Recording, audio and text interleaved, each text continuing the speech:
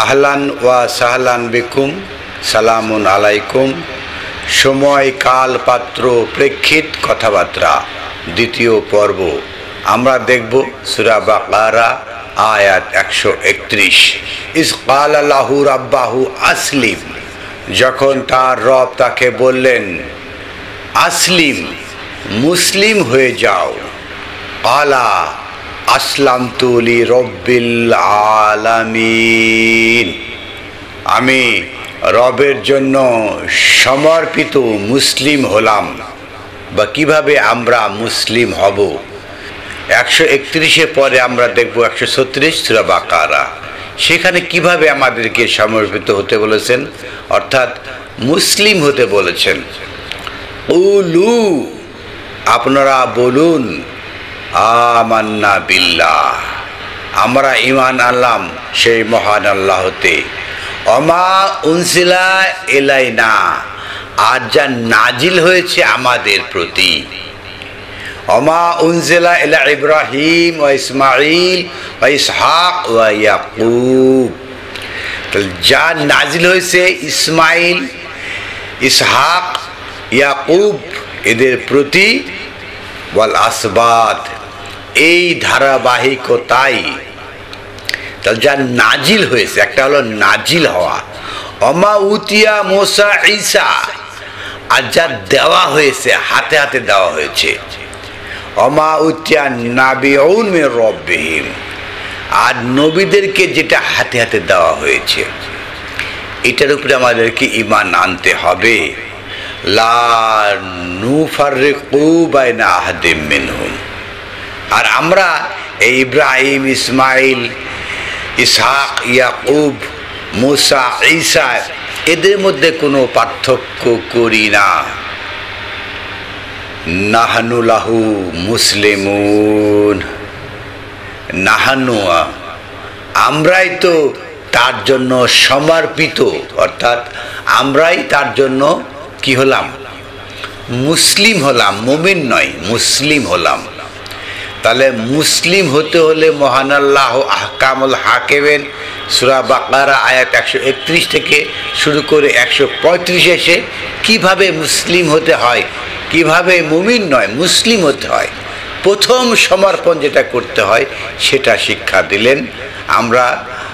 আমরা দেখছি কালু, বলুন, সময়, কাল, পাত্র, প্রেক্ষিত আমাদেরকে কি কি বলতে হবে, আজকে তো সেটাই আমাদের আলোচনার বিষয়।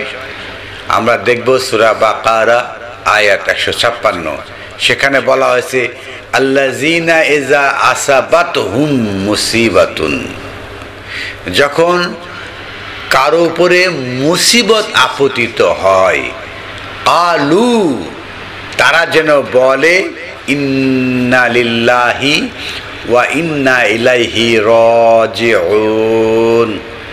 আমরা তো কোনো মৃত্যু সংবাদ দেখলেই, ফেসবুক বলেন, ইউটিউব বলেন, কোনো মেসেঞ্জার বলেন, সেখানে মৃত্যু সংবাদ দেখলেই বলি ইন্না লিল্লাহি ওয়া ইন্না ইলাইহি রাজিউন। এই যে কোথাকার প্রেক্ষিত আমরা কোথায় লাগাইলাম?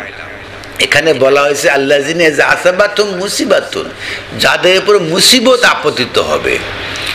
আগের আয়াতে নাকসে মিন আনফুস বলা হয়েছে, কিন্তু এগুলোকে পুরাটা বুঝতে হবে যে নাকসে মিন আনফুস আমওয়াল এটা কি। তাহলে আমরা দেখলাম মুসিবত আপতিত হলে এই দোয়া পাঠ করতে হবে। কিন্তু মৃত্যু সংবাদ পেলে এটা কোনো দোয়া নয়। ইন্না লিল্লাহি, আমরা নিশ্চয় আল্লাহর জন্য, ওয়া ইন্না ইলাইহি রাজিউন, আর আমরা তার দিকে ফিরে যাচ্ছি। এই কথার অর্থ এটা মিন করে না যে কোনো মৃত্যু ব্যক্তির জন্য আমরা দোয়া করলাম।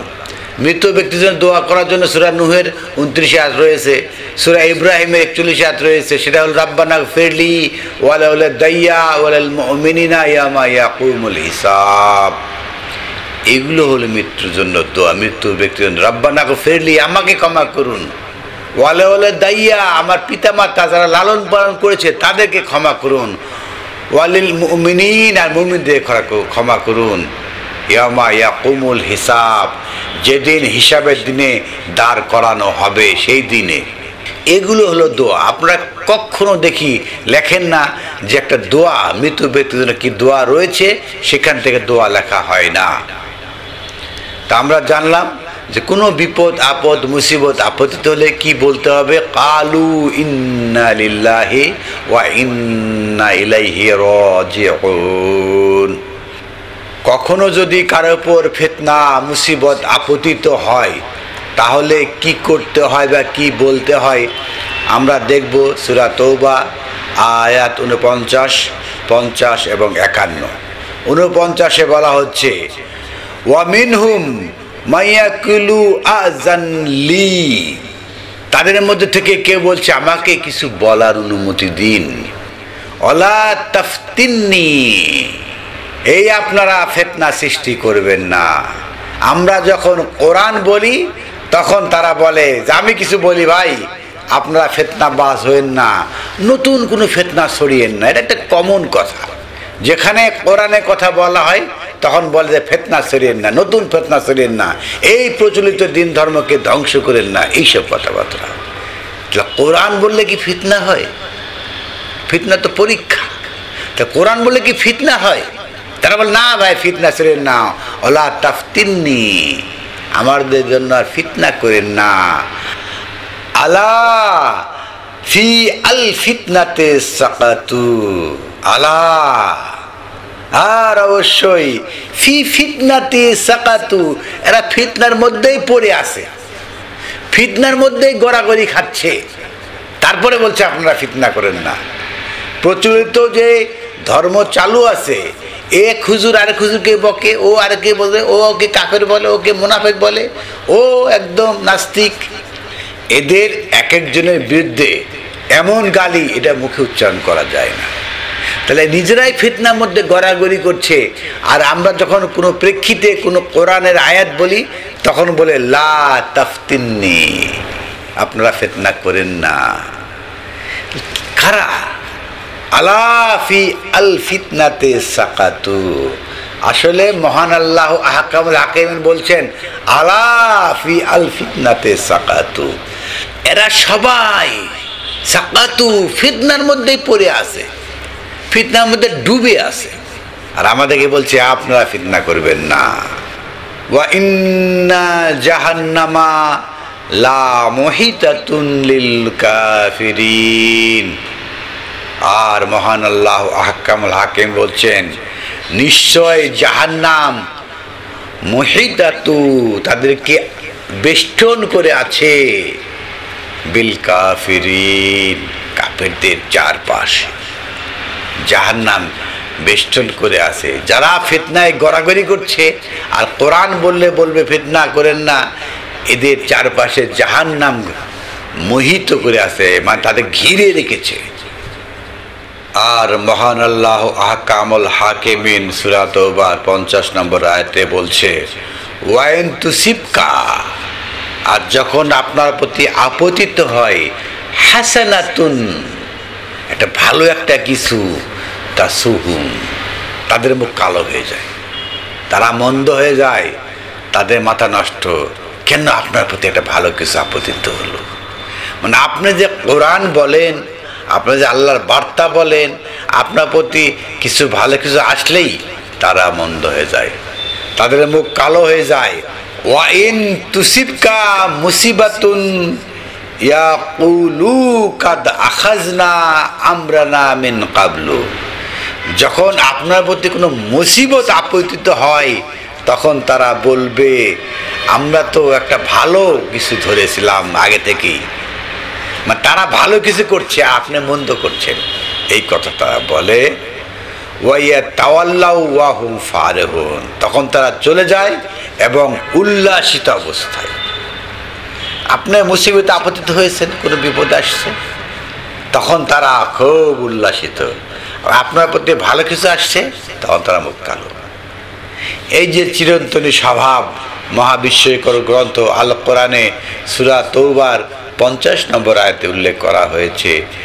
51 আয়াতে এসে উল্লেখ করা হচ্ছে কুল, আপনি তাদেরকে বলুন লান ইউসিবানা ইল্লা মা কাতাবাল্লাহু লানা, আপনাদেরকে বলবেন কোনো মুসিবতে আপতিত হয় না যা আল্লাহ লিখে রেখেছেন। মুসিবত আমি কামাই করিনি, কিছু কিছু মুসিবত আসে যা আল্লাহ লিখে রেখেছেন।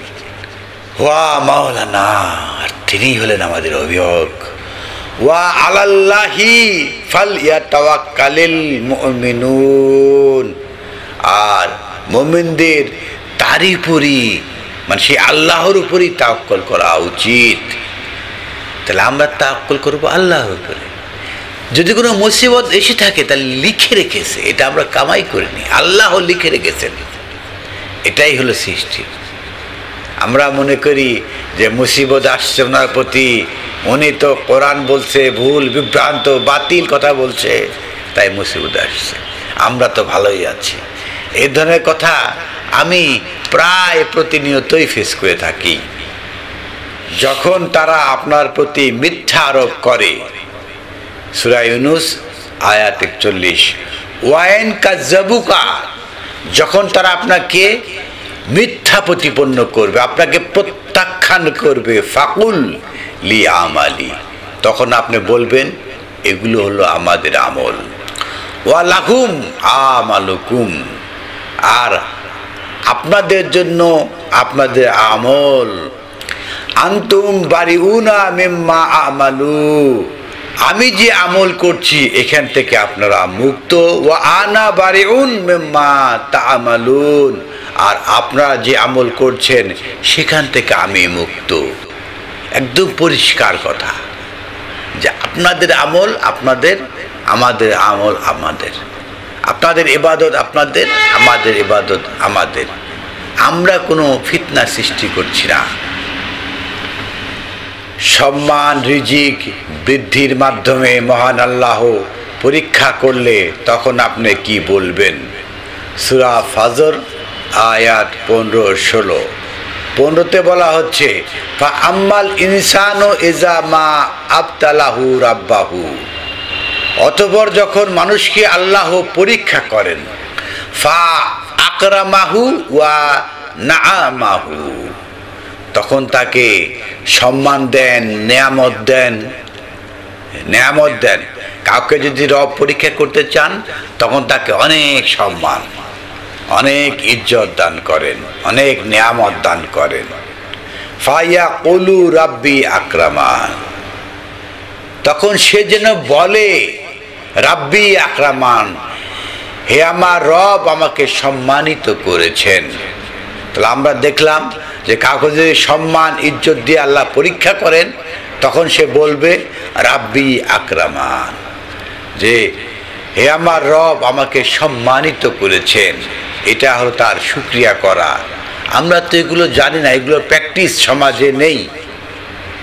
তাই এই প্র্যাকটিস করার জন্যই আমি সময়, কাল, পাত্র, প্রেক্ষিত কথাবার্তা এই বিষয়টাকে উল্লেখ করেছি আজ দ্বিতীয় পর্ব।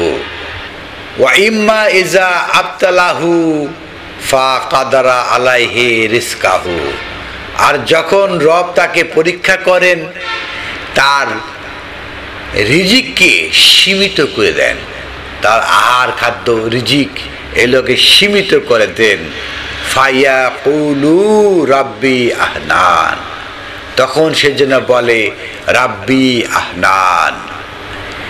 এই কথাগুলো আসলে কত গুরুত্বপূর্ণ কথা। সময়, কাল, প্রেক্ষিতে আমাদের কি বলতে হবে এগুলো আমাদের জানা খুব প্রয়োজন। যে আমি যখন সীমিত রিজিকে আসব তখন আমাকে বলতে রাব্বি, এ আমার রব আহনান। এই যে কথাগুলো খুব গুরুত্বপূর্ণ কথা, এগুলোকে কোনোভাবেই অবহেলা করার কোনো সুযোগ নেই। আমরা দৈনন্দিন জীবনে অনেক কথা বলি যেগুলো আসলেই আমরা ভেবে চিন্তে বলি না। মহাবিশ্বকর গ্রন্থ আল কোরআনে কিভাবে বলা হয়েছে আমাদেরকে সেখান থেকে নিতে হবে। ইন্নাহুলা কাউলুল ফাসল, এগুলো হলো ফাইসালার কথা। ওমা হুয়া বিল হাজল, এগুলো কোনো হাসি তামসার কথা নয়। তো ইন্নাহুলা কাউলুল ফাসল, এগুলো ফাইসালার কথা। আল কোরআন হলো কাউলুল ফাসল। তো আমরা আল কোরআন কাউলুল ফাসল থেকে নিত্যদিনের কথাবার্তা বলি, নিত্যদিনে বিভিন্ন সমস্যা আসলে সেগুলো আল কোরআন থেকে রবকে ডেকে আমরা সমাধান করার চেষ্টা করি। আমাদের দৈনন্দিন জীবনের সমস্ত ফাইসলাগুলো কোরআন থেকে নেই। আলহামদুলিল্লাহি রব্বিল আলামিন।